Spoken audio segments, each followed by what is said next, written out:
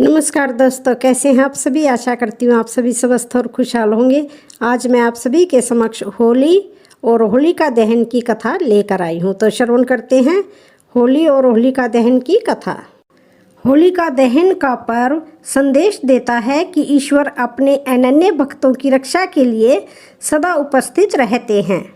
होलिका दहन होली का त्यौहार का पहला दिन फाल्गुन मास की पूर्णिमा को मनाया जाता है।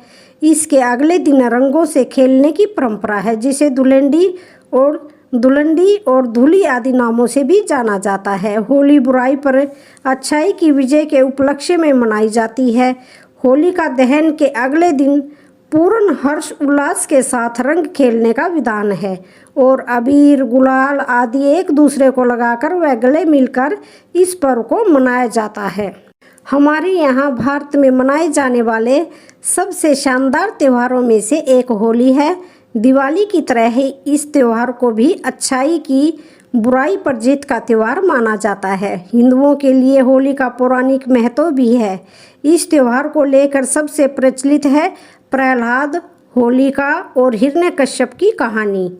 लेकिन होली की केवल यही नहीं बल्कि और भी कई कहानियाँ प्रचलित हैं। वैष्णव परंपरा में होली को होलिका प्रहलाद की कहानी का प्रतीक सूत्र मानते हैं। होलिका दहन का शास्त्रों के अनुसार नियम: फाल्गुन शुक्ल अष्टमी से फाल्गुन पूर्णिमा तक होलाष्टक माना जाता है, जिसमें शुभ कार्य वर्जित रहते हैं। पूर्णिमा के दिन होलिका दहन किया जाता है। इसके लिए मुख्य रूप से 2 नियम ध्यान में रखने चाहिए।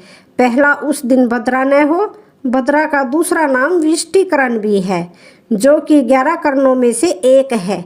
एक करण तिथि के आधे भाग के बराबर होता है। दूसरी बात, पूर्णिमा प्रदोष काल व्यापिनी होनी चाहिए। सरल शब्द में कहें तो उस दिन सूर्यास्त के बाद के 3 मुहूर्तों में पूर्णिमा तिथि होनी चाहिए।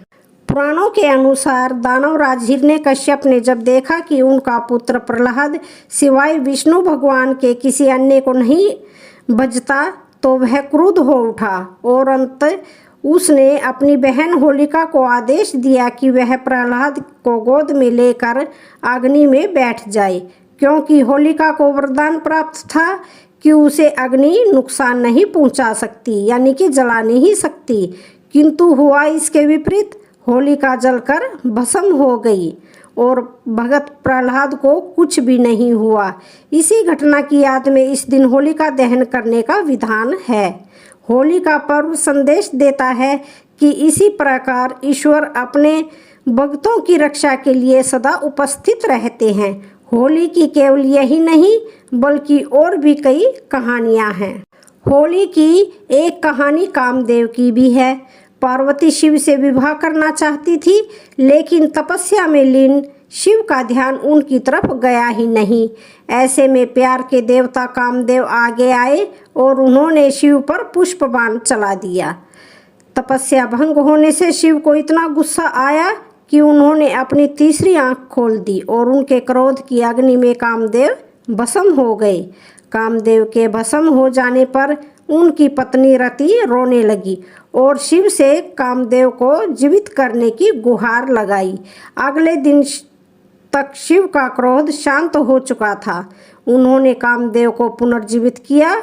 कामदेव के भस्म होने के दिन होलिका जलाई जाती है और उनके जीवित होने की खुशी में रंगों का त्यौहार मनाया जाता है। महाभारत की कहानी। महाभारत की एक कहानी के मुताबिक युधिष्ठिर को श्री कृष्ण ने बताया, एक बार श्री राम के एक पूर्वज रघु के शासन में एक असुर महिला थी। उसे कोई भी नहीं मार सकता था, क्योंकि वह एक वरदान द्वारा संरक्षित थी। उसे गली में खेल रहे बच्चों के अलावा किसी से भी डर नहीं लगा था।